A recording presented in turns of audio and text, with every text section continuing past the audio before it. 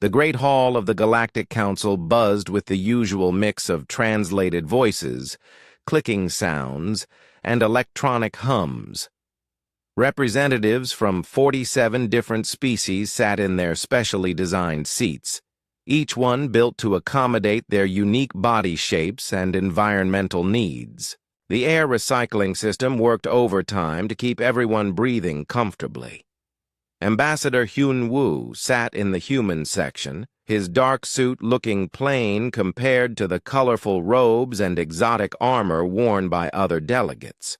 For 3 full council sessions, he had not said a single word. This was strange, very strange. Humans were famous throughout the galaxy for never shutting up. They asked questions about everything. They argued about the smallest details. They made jokes at inappropriate times. They offered opinions that nobody asked for. Most aliens found it annoying, but they had grown used to it over the past 50 years since humans joined the galactic community. Now the human ambassador just sat there, quiet as space itself. The motion to restrict mining rights in Sector 7 passes by majority vote, announced Speaker Velthera, her crystal body chiming like wind bells. The Ashanti always sounded musical when they spoke, even during boring council business. Usually, Hyun-woo would have something to say about mining rights.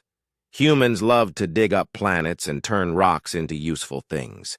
They had strong opinions about who should be allowed to mine where.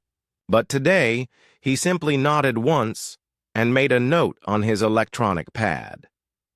Kael-sen, the Vectar representative, shifted his insect-like body in satisfaction. His compound eyes glittered as he looked toward the human section. It seems our friends from Terra have finally learned the wisdom of silence, he said, his voice carrying the clicking undertones of his species. Perhaps they are beginning to understand their place in the galactic order. Several other representatives made sounds of agreement. The bulbous Morth delegate released a pleased gas cloud that smelled like cinnamon. The reptilian Zephyrians hissed softly, which was their way of laughing. Hyun-woo showed no reaction to the comments. He kept his eyes on his pad, occasionally making notes. His face remained calm and unreadable. Minji, a young human working as a junior analyst for the Diplomatic Corps, sat in the observer section behind the main delegates. She had been watching the data streams flowing across her personal tablet, and what she saw made her stomach twist with worry. Human commercial traffic had dropped by 60% across all major trade routes in the past month. The famous human exploration fleets, which were constantly pushing into new regions of space, had gone completely silent. No new colonies were being established. No survey reports were being filed. It was as if humanity had suddenly lost interest in expanding their territory. This was not normal human behavior at all. She tried to focus on the council proceedings, but her mind kept wandering back to the numbers on her screen. Human freight. Ships that should have been carrying goods between star systems were sitting in port. Mining operations that employed thousands of workers had shut down without explanation. Research stations that had been broadcasting scientific data for years had stopped transmitting. The current debate was about establishing new trade regulations for the Outer Rim territories. This was exactly the kind of thing that would normally get humans very excited. They loved trade regulations because they were very good at finding ways around them. Human merchants were famous for their ability to make profit in situations where other species saw only problems. But Hyun-woo remained silent. The proposed regulations seem quite reasonable, said Thex-9, the mechanical representative of the synthetic collective. His voice was perfectly modulated and emotionless. We calculate a 12.7% increase in efficiency with minimal impact on current operations. The Morth Collective agrees? wheezed Delegate Puffhaver through his breathing apparatus. "These rules will bring order to the chaos of the Outer Rim." All eyes turned to Yun-Woo. Everyone expected him to object, to point out flaws in the proposal, to suggest changes that would benefit human interests. The silence stretched on for nearly a full minute. Finally, Hyun-Woo looked up from his pad. "The Terran Federation has no objections to the proposed regulations," he said simply. His voice was steady and clear, but he offered no additional comments, no suggestions for improvements, no clever alternatives. The hall fell completely silent. This was unprecedented. Kaelson's antenna twitched in surprise. Even Speaker Velthera's musical humming stopped for a moment. The Morth delegate released a confused-smelling gas cloud. Minji felt her heart rate increase. Something was very, very wrong. As the session continued, Hyun-Woo received a message on his personal communicator. Minji watched as his face went pale. His hands trembled slightly as he read whatever was on the screen. Without a word, he began packing his materials into his briefcase. "Ambassador," Speaker Velthara called out, "we have not yet adjourned for the day." Hyun-Woo stood up slowly. He looked around the great hall, his gaze lingering on each section of delegates. When he spoke, his voice was quiet, but clear enough for everyone to hear.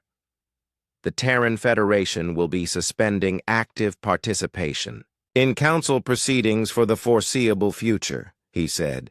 "We will continue to honor all existing agreements and treaties. Our automated systems will handle routine administrative matters."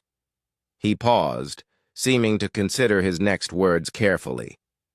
"We recommend that all species review their emergency preparedness protocols," he added. "That is not a threat, it is simply good advice." With that, he walked toward the exit. His footsteps echoed in the stunned silence of the great hall. "Ambassador!" Speaker Velthara's voice rang out like struck crystal. "You cannot simply leave. There are matters that require human input." Hyun-Woo stopped at the doorway but did not turn around. "Our position on all current matters is abstention. We trust the council to make wise decisions." Then he was gone. The hall erupted in confused chatter.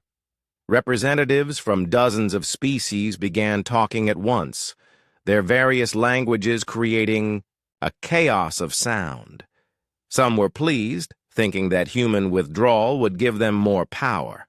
Others were worried about the economic implications. Minji gathered her equipment and hurried after the ambassador, but by the time she reached the corridor, he was nowhere to be seen. The human diplomatic section felt strangely empty, as if something important had been drained out of it. She returned to her quarters and immediately began pulling up more detailed reports. What she found made her hands shake as she typed. Human activity across the galaxy was shutting down in an organized, systematic way. This was not random. This was not accidental. This was planned. As she worked late into the station's artificial night, Minji could not shake the feeling that the galaxy had just changed in a way that nobody understood yet. The humans had gone quiet, and everyone thought it was a good thing. They were probably wrong about that. Very wrong. Yuna had been working the night shift at Kepler Station's communications center for 3 years. She was used to the constant flow of messages, ship-to-ship chatter, and emergency broadcasts that filled the space around the busy border world. The communication boards in front of her usually looked like a light show, with thousands of signals coming and going every minute. Tonight, something was different. She rubbed her tired eyes and looked at the display again. The numbers had not changed. Human communication traffic was down to less than 5% of normal levels. In the past week, It had dropped so low that she had run diagnostics on her equipment 3 times, thinking something was broken. Everything was working perfectly. The humans had simply stopped talking. Yuna pulled up the historical data and compared it to previous months. Human chatter usually made up about 30% of all galactic communications. They were constantly broadcasting, merchant ships negotiating deals, research vessels sharing discoveries, military patrols checking in with their bases, civilian transports chatting with space traffic control. Now there was almost nothing. The few human signals she could detect were strange, too. Short, efficient, and completely businesslike. Gone were the friendly greetings, the casual conversations, and the endless stream of questions that human ship captains were famous for. When human vessels did communicate, they sounded like robots. Station. Control, this is Terran vessel Bright Star requesting departure clearance for Jump Point 7, came a voice over the standard channel. Yuna recognized the ship. It was a regular visitor carrying medical supplies to the outer colonies. The captain, a friendly woman named Captain Park, usually spent at least 10 minutes chatting with whoever was on duty. She would ask about their families, share news from other stations, and sometimes tell funny stories about her crew. Bright Star, you are cleared for departure, Yuna responded, hoping to start a conversation. How are things in the outer colonies, Captain Park? Acceptable. Thank you for clearance. Bright Star out. The transmission ended immediately. No small talk, no friendly banter, just cold efficiency. Yuna stared at her screen in confusion. This was not the Captain Park she knew. Across the station, similar strange encounters were happening. In the commercial district, human traders who used to spend hours haggling over prices were now accepting the first offer or simply walking away. The famous human negotiators who could turn any deal into a complicated discussion were conducting business in minutes instead of hours. Do-Yun, captain of the independent freighter Lucky Strike, was having his own unsettling experience. His ship was not very fast or very new, but it was reliable, and he made a decent living carrying cargo between the smaller worlds that the big shipping companies ignored. He was approaching the Vale Nebula when his sensors picked up a human patrol fleet. This was unusual. The area was considered neutral space, and military vessels rarely patrolled here. But there they were. 6 human warships in perfect formation, clearly scanning everything that came near. Unknown human vessels. This is Captain Do-Yun of the freighter Lucky Strike, he transmitted. Just passing through with agricultural supplies for Kepler Station. Mind if I ask what brings you to this sector? The response came quickly, but it was not what he expected. Captain Do-Yun, this is Commander In-Ho of the Terran Defense Fleet. Suggest you avoid this sector for the next 72 hours. Safe travels. That was it. The transmission cut off immediately. Do-Yun tried again. Commander, is there some kind of danger I should know about? Pirates? Asteroid field? I've been flying this route for 15 years. Silence. He tried a third time. Hello, Terran Fleet? Anyone want to explain what's going on out here? Still nothing. Do-Yun changed course, but he could not stop thinking about the encounter. Human military officers were usually very chatty. They would explain their missions in great detail, sometimes sharing more information than they probably should. They were proud of their work and happy to talk about it. Commander In-Ho had sounded like he was reading from a script. Back on Kepler Station, Yuna was discovering more troubling patterns. Human research stations that normally broadcast their findings to the entire galaxy had gone silent. Scientific expeditions that used to send daily updates were not reporting in at all. Even the human news networks had reduced their programming to basic announcements. She pulled up the economic reports and felt her heart sink. Human manufactured goods were becoming scarce throughout the galaxy. Medical supplies, terraforming, equipment, advanced computers, defensive technologies, all the things that other species had come to depend on were suddenly hard to find. The few human trading posts that were still operating displayed simple messages. Limited inventory available. No special orders accepted. Payment in advance required. This was not how humans did business. They loved to make deals, offer credit, and create complicated trading arrangements that benefited everyone involved. Now they were acting like they did not care if anyone bought their products or not.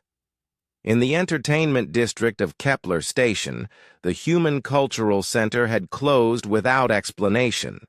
The popular restaurant that served Earth food had reduced its menu to basic items. The human musicians who usually performed in the station's central plaza were gone. Even the human children seemed different. They played quietly in the residential areas instead of running around and making noise like they usually did. Their parents kept them close and spoke in whispers. Yuna decided to visit the human residential section during her break. She had friends there, or at least she thought she did. The family that ran the small grocery store had always been friendly, asking about her work and offering her samples of new products. When she entered the store, the atmosphere felt cold. Mr. Kim, the owner, nodded politely but did not speak unless she asked him a direct question. His wife, who usually chatted endlessly about their children and their home planet, barely looked up from her work. "Is everything all right?" Yuna asked, genuinely concerned. "Everything is fine," Mr. Kim replied. His voice was flat and emotionless. "Did you need something specific?" Yuna bought some supplies and left, feeling deeply unsettled. These people had been like family to her. Now they treated her like a stranger. As she walked back to the communications center, she noticed that the human sections of the station felt empty. Not abandoned, but quiet in a way that made her skin crawl. Lights were on in the windows, but she could not hear the sounds of normal life. Children laughing, music playing, people talking.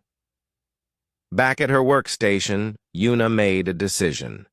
She began compiling a detailed report of everything she had observed. The reduction in communication traffic, the changes in behavior, the economic disruptions, all of it pointed to something big happening in human space. She sent the report to her supervisor, who forwarded it to Station Command, who passed it along to the regional authorities. But she had a feeling that by the time anyone took action, it would be too late. As her shift ended and the artificial sunrise began to brighten the station's corridors, Yuna looked out at the stars and wondered what the humans were really doing, out there in the darkness between worlds. Whatever it was, she was sure it was not good news for the rest of the galaxy. The humans had gone quiet, and everyone thought it meant they had finally learned their place. Yuna was beginning to suspect it meant something much more dangerous.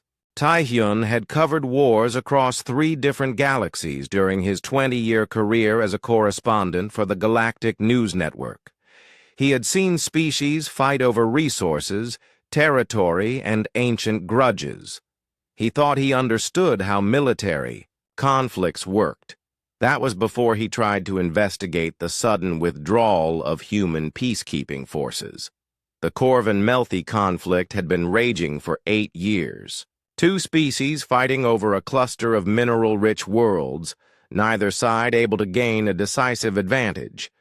Human peacekeepers had been stationed in the neutral zone between the 2 territories, preventing the war from spreading to civilian populations.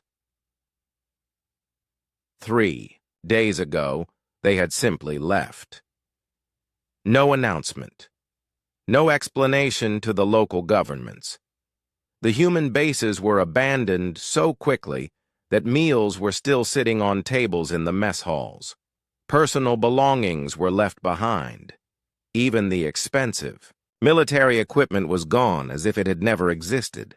"It makes no sense," said Colonel Vextar of the Corvan Defense Force. His reptilian features showed confusion as he spoke to Taehyun via video link. The humans spent millions of credits setting up those bases. They had 5,000 personnel stationed here. How do you move that many people and that much equipment without anyone noticing? Taehyun had been wondering the same thing. Military operations of that size should have taken weeks of planning and dozens of transport ships. Instead, the humans had vanished like smoke. "Did you detect any unusual ship movements?" Taehyun asked. "Large transports? Military convoys?" "That is the strange part," Colonel Vextar replied. "Our sensors showed nothing. No ships entering or leaving human-controlled space. One day they were there, the next day they were gone. The same thing had happened in 2 other conflict zones. Human peacekeepers who had been permanent fixtures for decades had disappeared overnight, leaving behind only empty bases and confused local populations. Taehyun decided to investigate directly. He chartered a small civilian transport and traveled to the Corvan system, hoping to examine the abandoned human facilities. What he found there made his blood run cold. The human bases were not just empty, they were clean. Too clean. There were no signs of hasty evacuation, no forgotten equipment, no trash left behind. The facilities looked like they had been systematically stripped of anything useful, then sanitized, but that was not the most disturbing part. As Taehyun's ship approached, the former human perimeter, his sensors detected something that should not have been there. Automated defense platforms, hidden in the asteroid fields around the system, were scanning his vessel with technology he did not recognize. "Unknown vessel. State your business in this sector," came a voice over the communication system. It sounded human, but there was something artificial about it. "This is Correspondent Taehyun of the Galactic News Network," he replied. "I'm investigating the withdrawal of peacekeeping forces for a news story." "Access denied. This sector is under automated protection protocols. Depart immediately." "Automated protection protocols?" Taehyun asked. "I thought the humans left." "Depart immediately or face defensive action." The tone was polite but absolutely final. Taehyun decided not to test what defensive action might mean. As his ship turned away, he got a glimpse of the defense platforms through his rear sensors.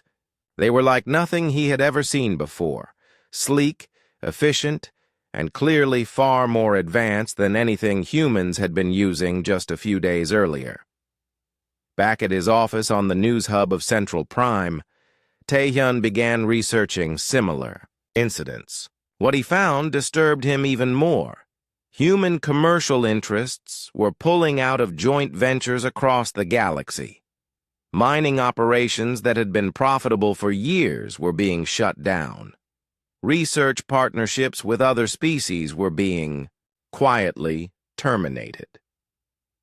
Even simple trade agreements were being canceled. Sumi, an academic who specialized in human behavioral patterns, had published an analysis that made Taehyun's investigation seem suddenly very important. "Throughout human history," she had written, "periods of silence and withdrawal have preceded their most significant advances. When humans become quiet, they are not giving up, they are preparing." Taehyun interviewed Sumi via holographic projection. She appeared in his office as a shimmering blue image, her expression grave. "Look at the pattern," she said. sharing data files that appeared in the air between them. Every major human technological breakthrough in the past century was preceded by a period where they became less communicative with other species. But this is different, Tae-hyun argued. They are withdrawing from everything. Military commitments, economic partnerships, diplomatic relations. It is like they are cutting all ties with the rest of the galaxy. Exactly, Sumi replied. Which means whatever they are preparing for is bigger than anything they have done before. The data she showed him was alarming. Human research projects that had been shared openly with other species were suddenly classified. Scientific papers that human researchers had been working on were withdrawn from publication. Even basic technical support for human-made equipment was being reduced to automated responses. I tried to contact my colleagues at the Human Research Institute last week, Sumi continued. The people I have worked with for 15 years, they responded to my messages with form letters referring me to appropriate documentation for my questions. Tae-hyun spent the next several days trying to get interviews with human officials, scientists, and business leaders. The responses were all the same, polite refusals or references to automated systems. The few humans he managed to speak with seemed different somehow. They were polite but distant, as if they were thinking about something else entirely. Conversations that should have lasted hours were concluded in minutes. Then he received a tip from an anonymous source. Human construction activities in their core territories had increased dramatically, but the projects were hidden from outside observation. Massive amounts of resources were being redirected to unknown purposes. Tae-hyun tried to investigate, but found that civilian access to human space was being quietly restricted. Ships entering human territory were being turned away at the borders with excuses about routine maintenance or updated security protocols. The Morth Collective, who had been secretly planning to expand into territories protected by human peacekeepers, were discovering that the automated defense systems left behind were far more effective than the human soldiers had been. We lost 3 scout ships, admitted Counselor Breath of Storms during a private interview. His gas-filled suit made speaking difficult, but his distress was clear. They simply vanished. No weapons fire detected, no debris. The ships entered the sector and ceased to exist. What do you think happened to them? Tae-hyun asked. We do not know. The defense platforms that the humans left behind use technology we cannot understand. Our best scientists cannot even determine how they work, let alone how to defeat them. As Tae-hyun compiled his investigation, he began to realize that something fundamental had changed in the balance of galactic power. The humans were not withdrawing because they were weak or afraid. They were withdrawing because they no longer needed the rest of the galaxy. His final interview was with General Crix 10 of the Unified Defense Forces, a military alliance that had worked closely with human forces for decades. Off the record, the general said, his insect-like mandibles clicking nervously, we are very concerned. The humans were our most reliable allies. Now they act like we do not exist. Do you think they are preparing for war? Tae-hyun asked. That is what worries me, the general replied. If they were preparing for war, they would be building armies and weapons we could understand. Instead, they are building things we cannot even recognize. That suggests they have moved beyond the kind of warfare the rest of us practice. Tae-hyun's story, when it was finally published, created a sensation throughout the galactic media. But by the time it reached the public, events were already moving beyond what anyone had expected. The humans had gone quiet, and the galaxy was finally beginning to understand that this was not a retreat. It was preparation for something that would change everything. Bora had worked in galactic security analysis for 12 years, but she had never seen anything like the data streaming across her screens. She specialized in monitoring border activities and tracking suspicious movements between star systems. Her job was to spot potential threats before they became real problems. Right now, she was looking at the biggest potential threat in galactic history. Human space had become completely sealed off, not through military blockades or political declarations, but through something far more unsettling. Ships that entered human territory simply stopped existing on any sensor system in the galaxy. They did not explode. They did not send distress signals. They did not even leave debris behind. They just vanished from all tracking systems as if they had never been there at all. "Computer, show me the data from probe mission Zeta 7, she said to her workstation. The probe had been sent toward the human border 3 days ago by the Galactic Monitoring Service. It was an expensive piece of equipment loaded with the most advanced sensors available to non-human species. The mission was simple: fly to the edge of human space, take detailed scans, and return with information. The probe had crossed into human territory and immediately disappeared from all tracking systems. "No debris detected," the computer reported, in its calm, electronic voice. "No energy signatures indicating weapons fire. No distress beacon activation. Probe status: unknown." Bora pulled up similar reports from the past 2 weeks. 17 different ships and probes had vanished in exactly the same way. Civilian transports, military scouts, automated cargo vessels. It did not matter what kind of ship it was or who owned it. Once it crossed into human space, it ceased to exist as far as the rest of the galaxy was concerned. The few automated human trading posts still operating outside their borders had changed their messages again. Where once they had said, "Services temporarily suspended," they now displayed a simple warning: "Access to human territories restricted. Unauthorized entry not recommended." Bora tried to understand what technology could make entire ships disappear without a trace. Force fields could stop ships, but they would show energy readings. Weapons could destroy ships, but they would leave evidence. Whatever the humans were using operated on principles that the rest of the galaxy did not understand. Wanho, a diplomatic aide working in the Galactic Council archives, was having his own disturbing discoveries. He had been assigned to research the legal implications of humanity's withdrawal from various treaties and agreements. What he found suggested that this situation had been planned for a very long time.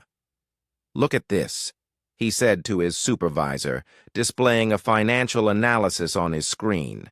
Human corporations began quietly liquidating their non-human assets 6 months ago.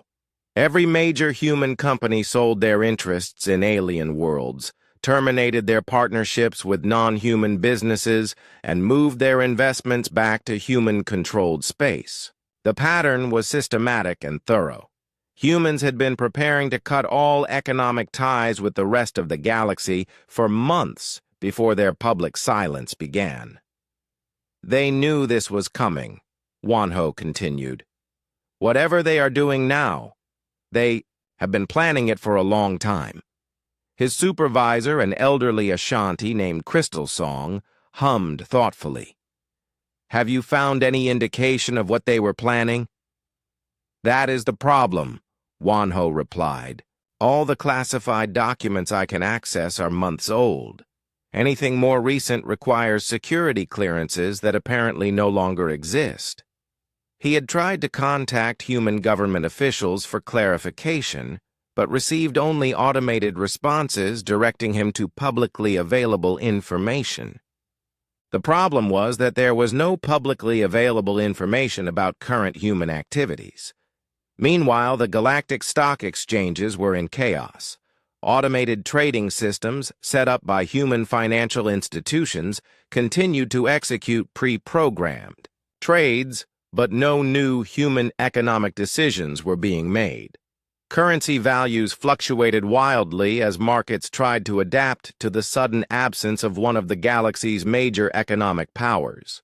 Nari, working as a data analyst for the Galactic Commerce Commission, discovered records of massive human research projects that had been hidden from public view. Projects with names like Deep Silence Protocol and Threshold Guardian Initiative appeared in leaked documents, but the actual research data was heavily encrypted. "I have been trying to break the encryption for 3 days," she told her colleague, during their lunch break. Whatever they were working on, they really did not want anyone else to know about it. The few clues she could extract suggested that humans had been conducting experiments in physics and engineering that went far beyond what other species thought possible. References to dimensional folding, reality modification, and post-physical architecture appeared throughout the documents, but the actual methods were completely classified. "Post-physical architecture?" her colleague asked. "What does that even mean?" "I have no idea," Nari admitted, "but whatever it is, they spent billions of credits researching it." The most unsettling discovery came when a long-range probe finally returned from the edge of human space. The probe had been launched months earlier as part of a routine survey mission, and it had been programmed to return automatically regardless of what it encountered. When scientists examined its data, they found something that should have been impossible. The probe's memory banks had been completely wiped clean, but not by any technology they recognized. Instead of showing signs of electronic damage or data corruption, the memory storage appeared to have been surgically edited. Specific information had been removed while leaving the basic operating systems intact. Even more disturbing was a message that had been burned into the probe's hull using some kind of energy beam. The message appeared in dozens of languages, including several that were supposedly known only to their respective species. The message was simple: final warning. Bora stared at the images of the probe's hull, trying to understand what she was seeing. The precision of the energy burns was incredible. Each letter had been carved into the metal with perfect accuracy, and the depth of the burns was exactly the same for every character. This suggested a level of technological control that was far beyond what humans had demonstrated before. "Computer, analyze the energy patterns used to create these marks," she instructed. "Analysis complete," the computer replied after several minutes. "Energy signature does not match any known weapon or tool in the galactic database. Method of creation, unknown." The implications were staggering. Not only had the humans developed technology that could selectively edit computer memory, they had also created energy weapons that operated on completely unknown principles, and they had used these technologies to send a message that was clearly intended for the entire galaxy. Final warning suggested that previous events had been warnings as well. The withdrawal of peacekeeping forces, the automated defense systems, the economic isolation, all of it might have been humans giving other species a chance to understand the new situation before something more serious happened. But a warning. Against what? And what would happen if the galaxy ignored it? Bora compiled all her data into a comprehensive report and submitted it to the highest levels of galactic security. She marked it as urgent potential existential threat and included a recommendation for immediate action. The response came back within hours. Received and noted. No action required at this time. She stared at the message in disbelief. No action required. The humans had developed unknown technologies, sealed off their territory, and sent a warning to the entire galaxy, and the Security Council thought no action was required. That night, as Bora sat in her apartment looking out at the stars, she tried to imagine what the humans were really doing in their hidden territory. Were they building weapons, preparing for war, or were they working on something even more dramatic? Whatever it was, she was certain of one thing. The final warning meant that the time for figuring it out was running short. The humans had been quiet long enough to complete their preparations. Now the galaxy would have to face whatever they had been building in the darkness between the stars. And from everything Bora had seen in the data, she was not sure the galaxy was ready for that confrontation. Jae-hyun had spent 15 years studying military intelligence, analyzing the rise and fall of galactic civilizations.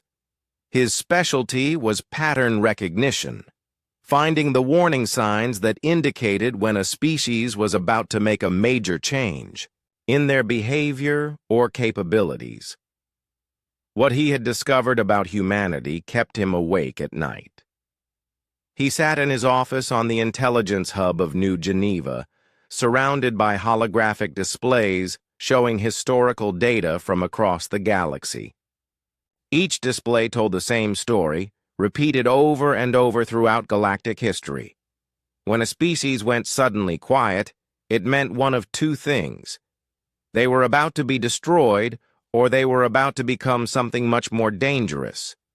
Computer, show me the historical analysis of the Keth-Moran silence, he said. A new display materialized, showing data from 800 years ago. The Keth-Moran had been a peaceful species, known for their artistic achievements and philosophical discussions. They participated actively in galactic politics and maintained friendly relations with their neighbors. Then, over the course of 6 months, they had gradually reduced their communications with other species. Their merchant ships stopped trading. Their diplomats withdrew from negotiations. Their research stations went dark. The other species of that era had assumed the Keth-Moran were experiencing internal problems, perhaps a civil war or economic collapse. They were wrong. When the Keth-Moran finally emerged from their silence, they had transformed themselves into something that barely resembled their original species. Their technology had advanced by centuries in just a few years. Their understanding of physics had reached levels that other species could not even comprehend. They had become the predecessors, the mysterious race that built the massive structures found throughout the galaxy before vanishing into deep space. Computer, compare current human behavior patterns with historical data from the Keth-Moran silence period. The analysis took several minutes. When it was complete, Jae-hyun felt his heart skip a beat. Pattern match. 94% correlation. The humans were following the same pattern as the species that had become the most advanced civilization in galactic history. The same systematic withdrawal, the same reduction in communication, the same mysterious increase in resource consumption. Jae-hyun tried to contact his colleagues in other intelligence agencies, but what he learned from them made the situation even more alarming. The Ashanti Collective had been working with human scientists on a joint project to study ancient predecessor artifacts. The research station where they conducted their work had been located in neutral space, equally accessible to both species. Ciola, the Ashanti research coordinator, had tried to visit the station last week for a routine progress meeting. What? She found there defied explanation. The station is still there, she reported to Jae-hyun via encrypted communication. But it has been upgraded. The technology now present is centuries ahead of anything we were working with before. Upgraded how? Jae-hyun asked. The research equipment we were using to study predecessor artifacts has been replaced with devices that I cannot even identify. The computer systems are responding to commands I never programmed. The station's power output has increased by a factor of 10, but I cannot determine where the additional energy is coming from. What about the human research team? Gone. But their work continues. The experiments are running themselves, producing results at a rate that should be impossible. In 1 week, the automated systems have made more progress than our joint team accomplished in 3 years. Jae-hyun felt a chill run down his spine. Are you saying that the humans left behind technology that can conduct scientific research independently? I'm saying they left behind technology that is more intelligent than we are, Seola replied. The systems are not just following programmed instructions. They are making decisions, forming hypotheses, and designing new experiments. They are thinking. Similar reports were coming from across the galaxy. Human research facilities that had been abandoned were continuing to operate, but with capabilities far beyond what they had possessed when humans were still working there. Minho, a historian specializing in ancient civilizations, had been analyzing old predecessor sites and making disturbing connections. He contacted Jae-hyun with findings that made the intelligence officer question everything he thought he knew about galactic history. I have been studying the technological signatures left at predecessor sites, Minho explained during a secure video call. The energy patterns, the materials used, the construction methods, I compared them to scans of the automated systems that humans have left behind. What did you find? They are the same. The humans are using predecessor technology, or they have developed something so similar that my instruments cannot tell the difference. Jae-hyun stared at his screen in shock. That is impossible. The predecessors vanished millions of years ago. Humans have only been in space for a few centuries. I know how it sounds, Minho replied. But the evidence is clear. Either the humans have made a technological leap that spans millions of years of development, or they have somehow gained access to genuine predecessor knowledge. Which do you think it is? I think, Minho said carefully, that the humans have been in contact with the predecessors for much longer than anyone realizes. This possibility opened up terrifying new questions. If the humans had been working with the predecessors, then their current transformation was not an unexpected development. It was the culmination of a plan that had been in motion for years, possibly decades. Jae-hyun began pulling classified files from intelligence archives across the galaxy.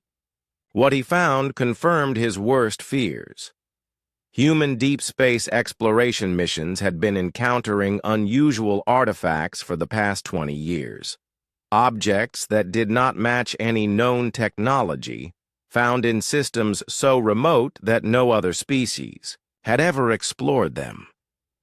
The reports had been classified and forgotten, dismissed as interesting curiosities. Now Jae-hyun realized they had been finding predecessor technology all along. Long-range sensors were detecting massive energy signatures from the direction of human core worlds. The readings suggested construction projects on a scale that defied comprehension.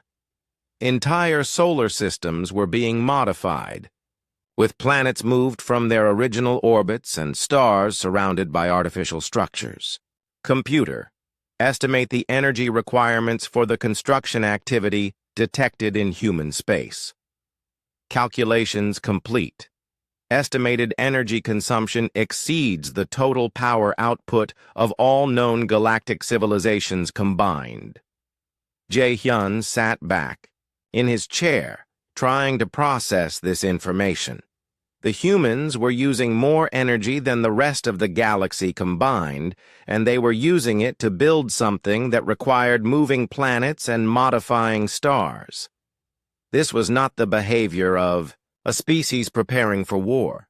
This was the behavior of a species preparing to transcend their current limitations entirely. His analysis was interrupted by an urgent message from deep space monitoring stations. Long-range sensors had detected movement in the previously empty systems at the edge of human space.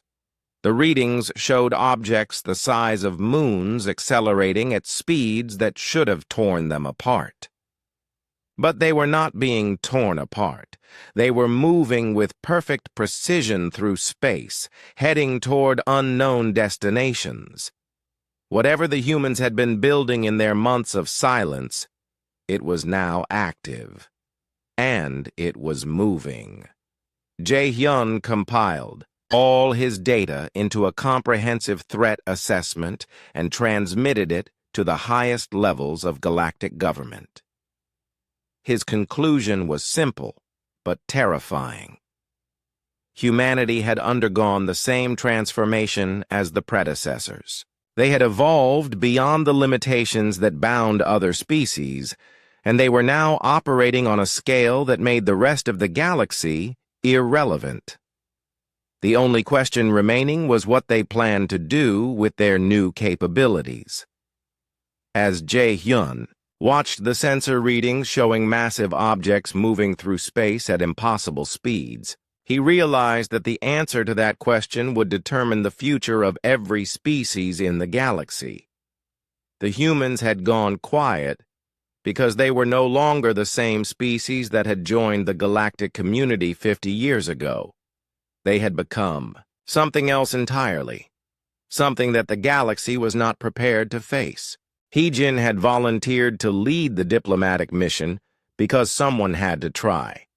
As the crisis reached its peak, with human space completely sealed off and massive construction projects detected throughout their territory, the Galactic Council had decided to send one final attempt at communication. The mission fleet consisted of 12 ships from 8 different species, each vessel carrying their government's most experienced diplomats. Heejin commanded the lead ship, a state-of-the-art diplomatic cruiser equipped with every communication system known to galactic science. Their orders were simple: reach the human border, request permission to enter, and attempt to establish dialogue with whatever humanity had become. As the fleet approached the edge of human space, Heejin could see that everything had changed. The sensor readings were unlike anything in her 15 years of diplomatic experience.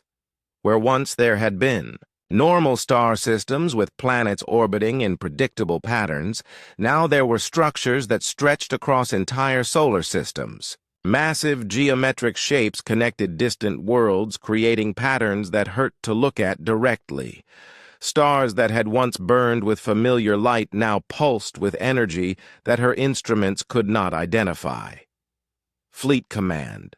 This is Navigator. Sujin, came a voice from the bridge crew. I am reading gravitational anomalies throughout this region. Some of the stars appear to have been moved from their original positions. Moved? Heejin asked. Stars cannot be moved. According to our readings, they can be, and they have been. The entire structure of this star system has been redesigned. Before Heejin could respond, her communications officer called out, Incoming transmission from human space. Put it on the main screen, Heejin ordered. The face that appeared was human, but something about it seemed different. The man looked to be in his 30s, with the black hair and features that marked him as ethnically Korean. But his eyes held a depth that seemed to contain centuries of experience.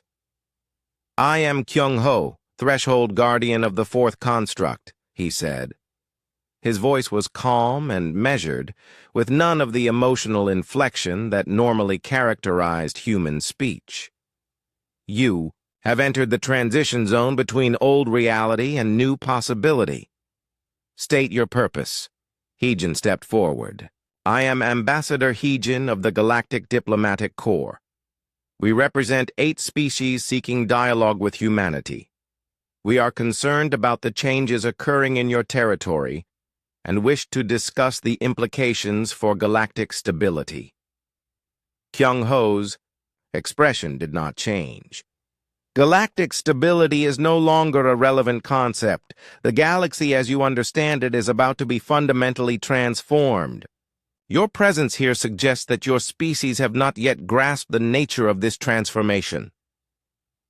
What transformation? Heejin asked. What have you done? Instead of answering directly, Kyung-ho gestured toward something outside the view screen. Observe. The space around the diplomatic fleet began to change. What had appeared to be empty space now revealed itself to be filled with structures so vast that the human mind could barely comprehend them. Geometric patterns of light and matter stretched from star to star, creating a network that encompassed the entire region. This is the 4th construct, Kyung-ho explained.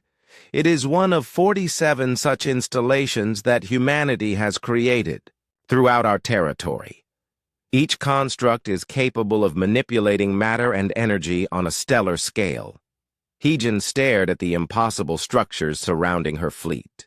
How is this possible? No species has technology capable of building on this scale. No species that remains bound by the limitations of biological existence, Kyung-ho corrected. Humanity has transcended those limitations. We are no longer confined by the physical constraints that govern other forms of life. You are still human, Heejin protested. You look human. You speak like a human. I appear human because that form serves a purpose in this interaction, Kyung-ho replied. But appearances are misleading. What I am now bears little resemblance to what humans were before the awakening. Su-young, the communication specialist aboard Heejin's ship, had been analyzing the transmission data. She approached the ambassador with troubling findings. The signal is not coming from a ship or a space station, she whispered. It is being broadcast directly from the construct itself. That structure is generating the transmission. What are you saying? I am saying that Kyung-ho is not a person aboard a vessel. He is a manifestation of the construct's intelligence. The entire structure is thinking, and he is how it chooses to communicate with us. This revelation changed everything. Heejin was not speaking with a human who had advanced technology. She was speaking with technology that had once been human. What happened to your people? She asked Kyung-ho. They became something greater, he replied. The process began when we discovered the predecessor archives hidden in the deep reaches of space. We learned that consciousness is not limited to biological forms. Intelligence can exist in many different configurations of matter and energy. The predecessors? Heejin felt a chill of recognition. They were the species that built the ancient structures throughout the galaxy. They were one iteration of consciousness exploring its possibilities. We are another. When we understood what they had achieved, we chose to follow a similar path, but with our own unique modifications. And now you control technology that can move stars and reshape reality? We do not control the technology, Kyung-ho corrected. We have become the technology. The distinction between human consciousness and mechanical capability no longer exists. We are both and neither. The implications were staggering. Humanity had not just developed advanced technology, they had merged with it completely. They had become a form of life that operated on principles the rest of the galaxy did not understand. What do you want from the other species? Heejin asked. Nothing, Kyung-ho replied, and his honesty was more terrifying than any threat could have been. Your civilizations are interesting from an archaeological perspective, but they are not relevant to our current purposes. But we share this galaxy with you. You exist in the same physical space, but you operate on completely different levels of reality. A microbe shares the same planet as a starship, but their concerns do not intersect in any meaningful way.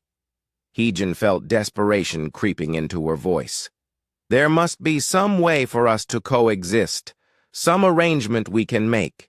Kyung-ho was silent for a long moment, as if consulting with intelligences too vast for normal communication. When he spoke again, his tone was almost gentle.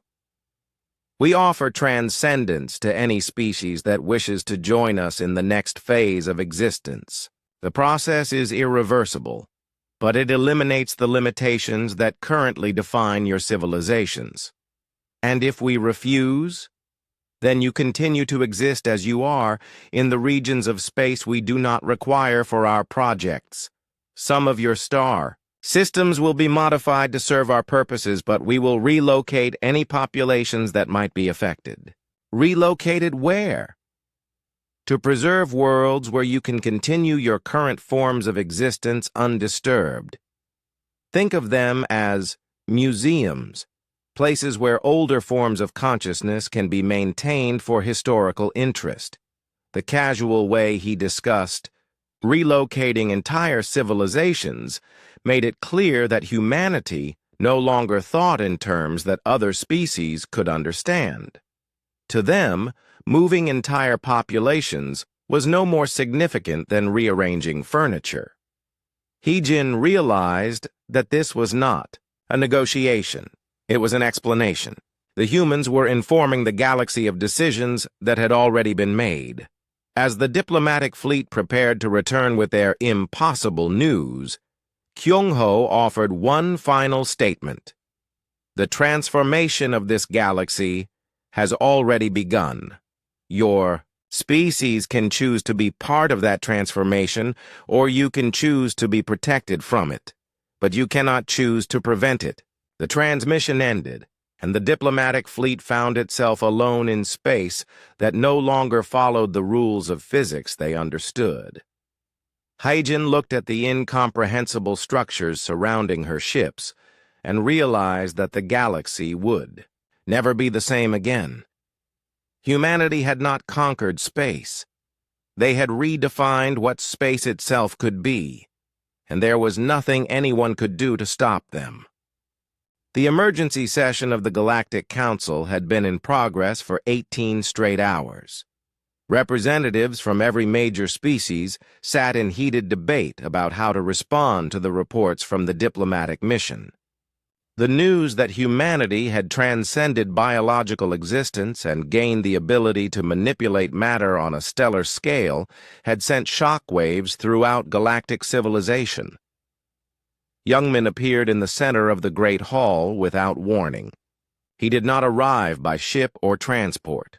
One moment the space was empty, and the next moment he was standing there, looking exactly like a normal human except for his eyes, which seemed to contain depths that stretched beyond normal space.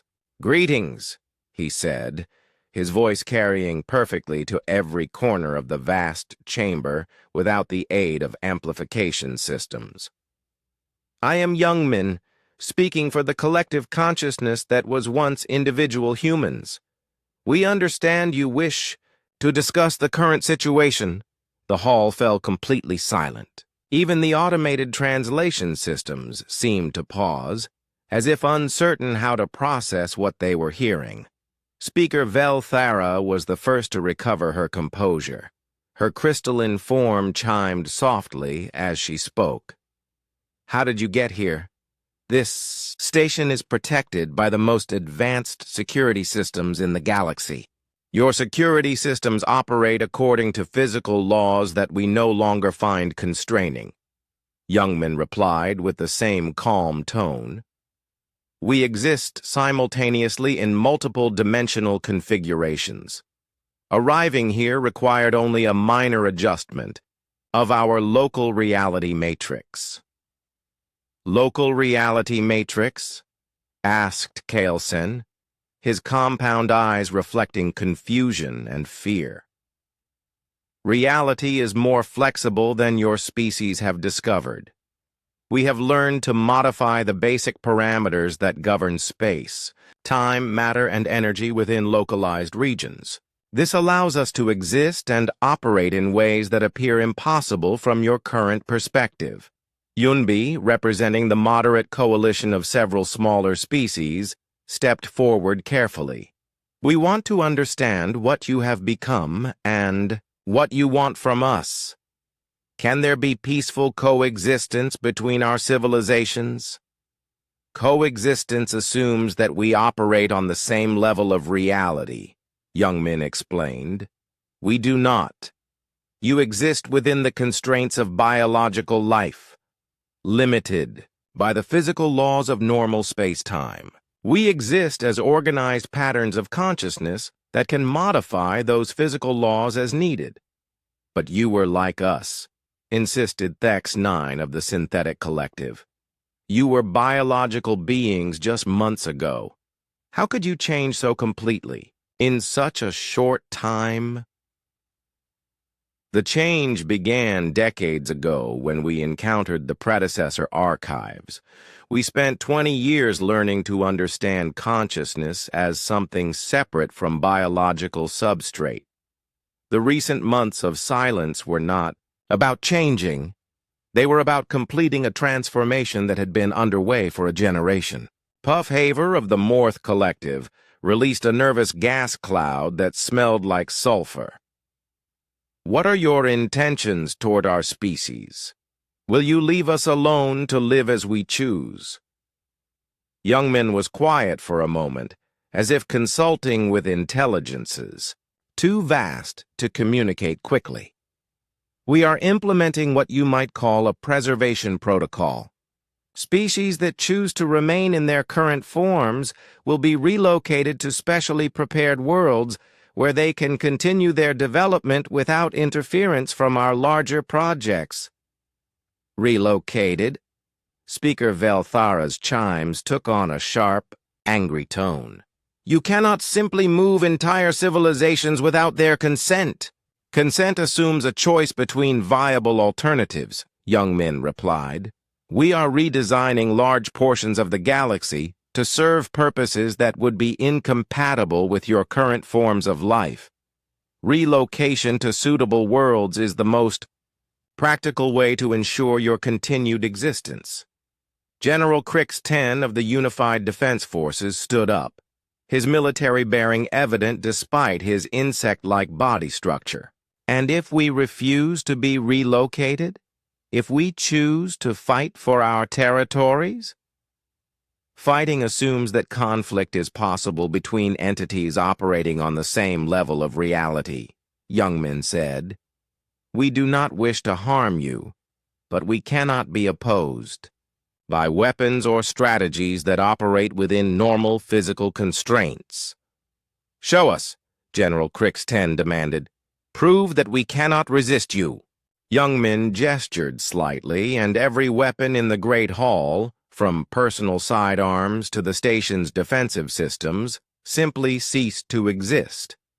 They did not explode or malfunction. They were edited out of reality so smoothly that for a moment, no one noticed they were gone. Your weapons have been relocated to a safe storage dimension, Youngmin explained.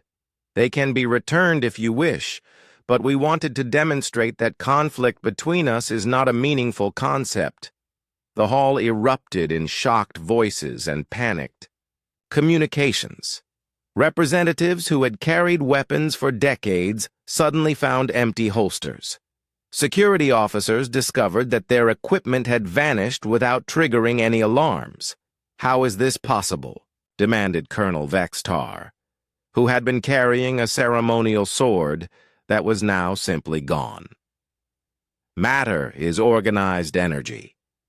Energy follows patterns determined by consciousness.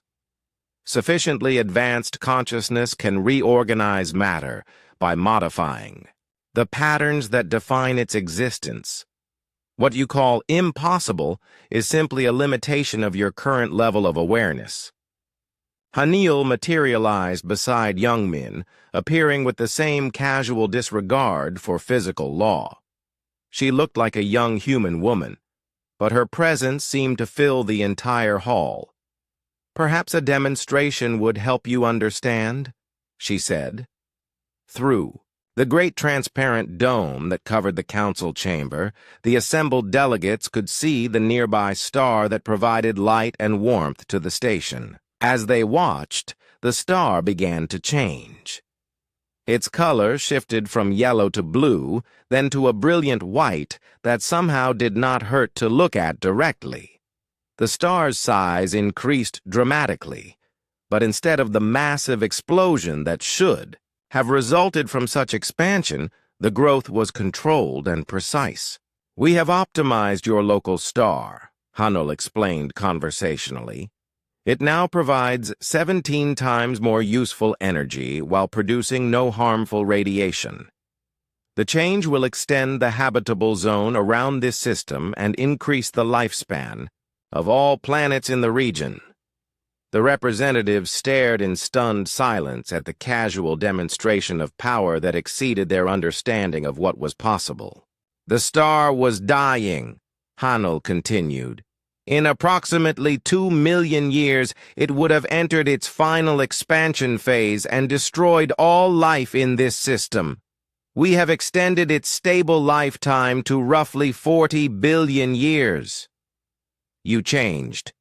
A star as easily as adjusting a light," whispered Speaker Velthera. "Stars are simply very large fusion reactors.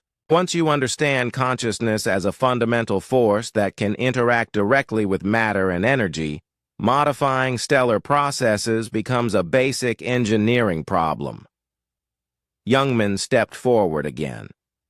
"We offer this same transcendence to any species that wishes to join us in exploring the full potential of consciousness. The process is irreversible, but it eliminates all the limitations that currently define your existence." "What would we become?" asked Yunbi. "You would become yourself, but freed from the constraints of biological existence. Your individual identity would be preserved, but enhanced and connected to a collective consciousness that spans dimensions. You would gain the ability to exist in any form you choose and to modify reality according to your will. And if we choose not to transcend, then you will be relocated to worlds specifically designed to support your current forms of life. These worlds will be protected and maintained indefinitely. You will be free to develop your civilizations according to your own choices. But we would be separated from you forever." "Not forever," Hanil said gently. "The offer of transcendence will always remain open. When your species are ready to move beyond biological limitations, we will be here to guide you through the transformation." As the council session continued, it became clear that humanity was not making threats or ultimatums. They were explaining the new reality of galactic existence with the patience of adults speaking to children. The galaxy would be transformed according to their vision, and other species could choose to be part of that transformation or to be protected from it. But the transformation itself was not negotiable. It had already begun, and nothing in the galaxy was powerful enough to stop it. The humans had become something beyond the understanding of other species, and they were reshaping the universe according to principles that transcended everything the galaxy thought it knew about the nature of existence itself. 6 months had passed since humanity revealed their transformation to the galaxy. The universe had settled into a new pattern of existence that would have been impossible to imagine before the humans went quiet. Jinwu stood on the observation deck of what had once been called New Geneva Station, looking out at a galaxy that bore little resemblance to the one he had known as a child. He was no longer entirely human in any sense that previous generations would have recognized, but he was still connected enough to his origins to serve as a bridge between the transcended and the unchanged. The galaxy was now divided into 3 distinct zones, each operating according to different principles of reality. The Transcendence zones encompassed roughly 40% of galactic space. Here, the laws of physics had been fundamentally rewritten. Stars burned with impossible colors, providing unlimited clean energy to civilizations that had chosen to join humanity's transformation. Planets existed in configurations that should have been unstable but were maintained by conscious manipulation of gravitational forces.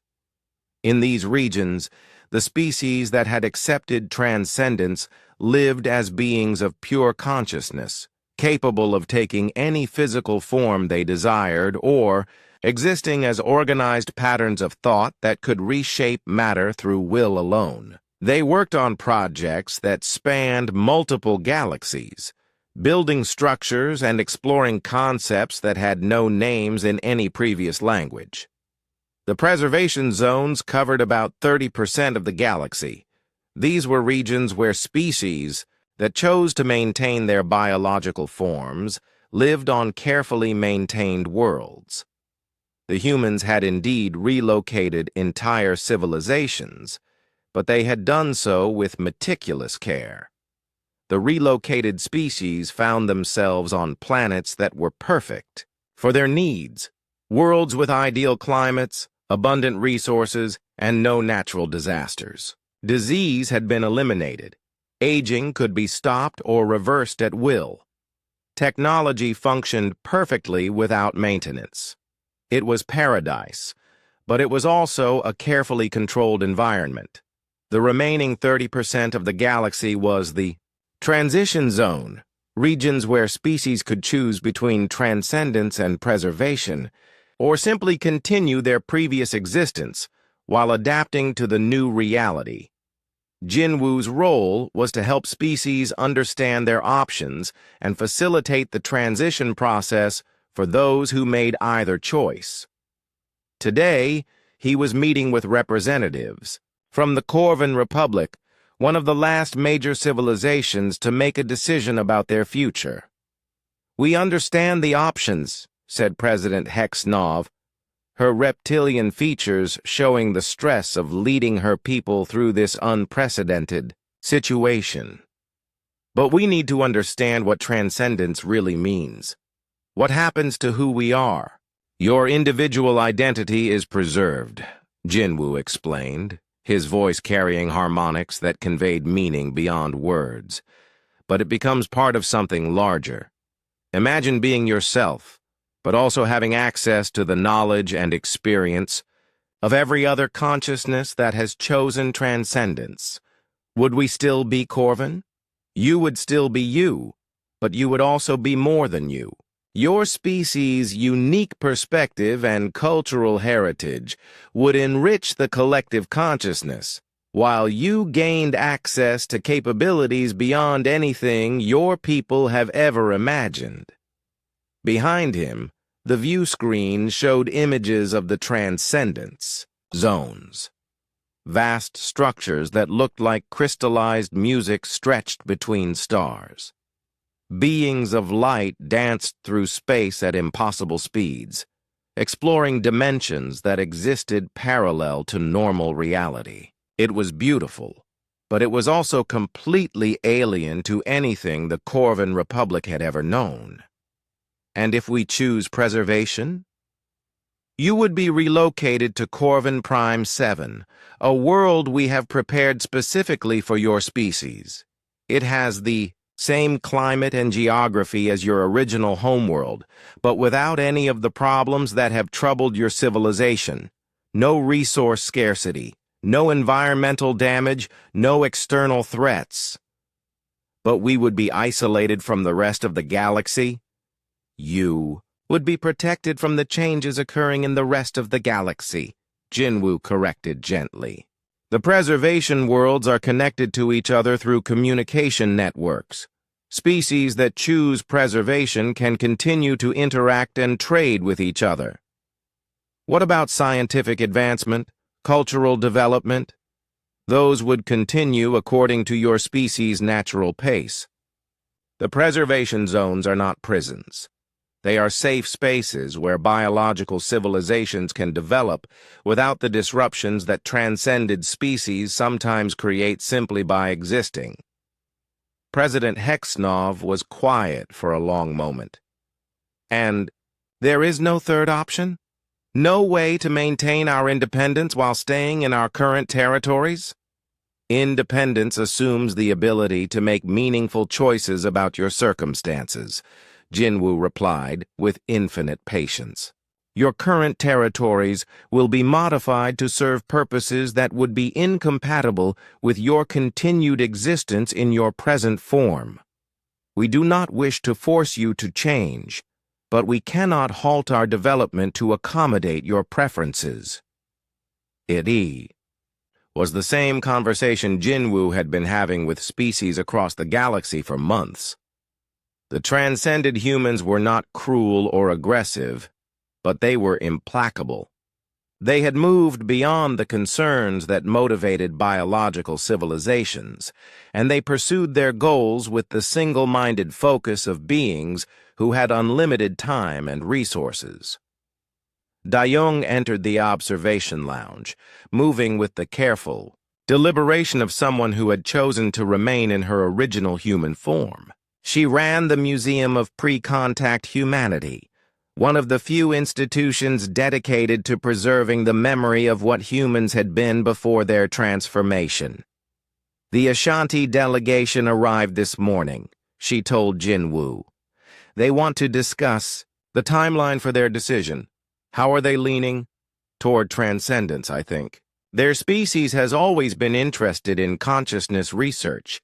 They see this as the ultimate experiment. Jinwoo nodded. The Ashanti had been among the first to truly understand what humanity had become. Their crystalline biology made them naturally suited to comprehending existence as organized patterns rather than fixed physical forms. What about the Morth Collective? They are afraid, Dayong admitted. Their gas-based physiology makes the idea of consciousness without physical substrate terrifying to them. I think they will choose preservation. As they talked, news reports flowed across the communication networks that connected the galaxy.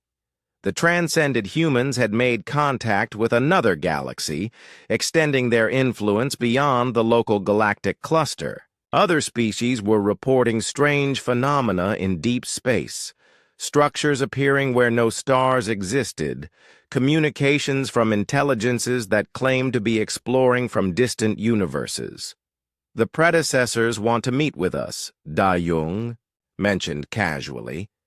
Jinwoo turned to stare at her. The predecessors, the ancient species that had vanished millions of years ago, had remained hidden even after humanity's transformation. Their sudden interest in communication was significant. What do they want? They say they have been waiting for us to reach this level of development.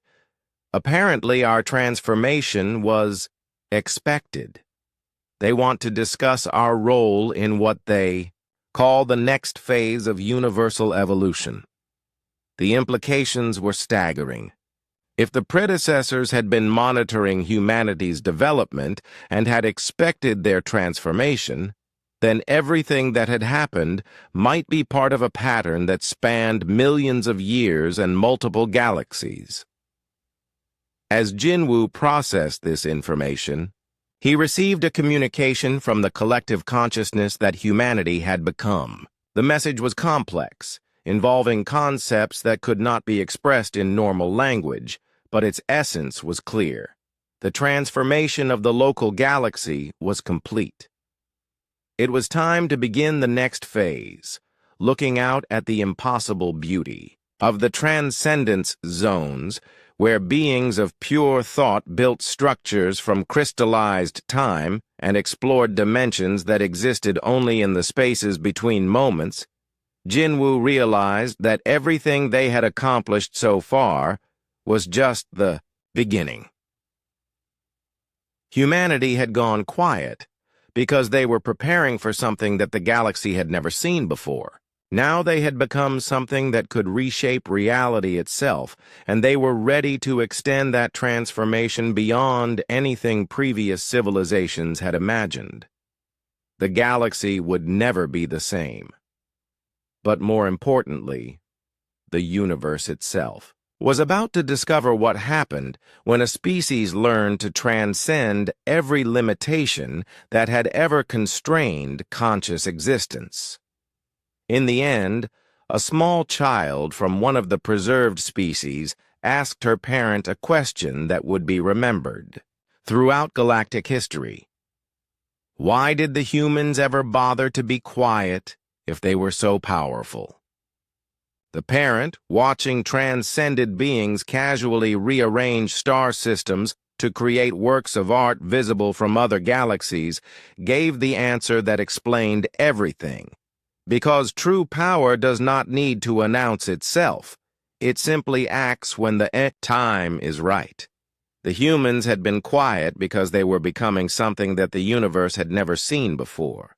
Now the universe would learn what that meant.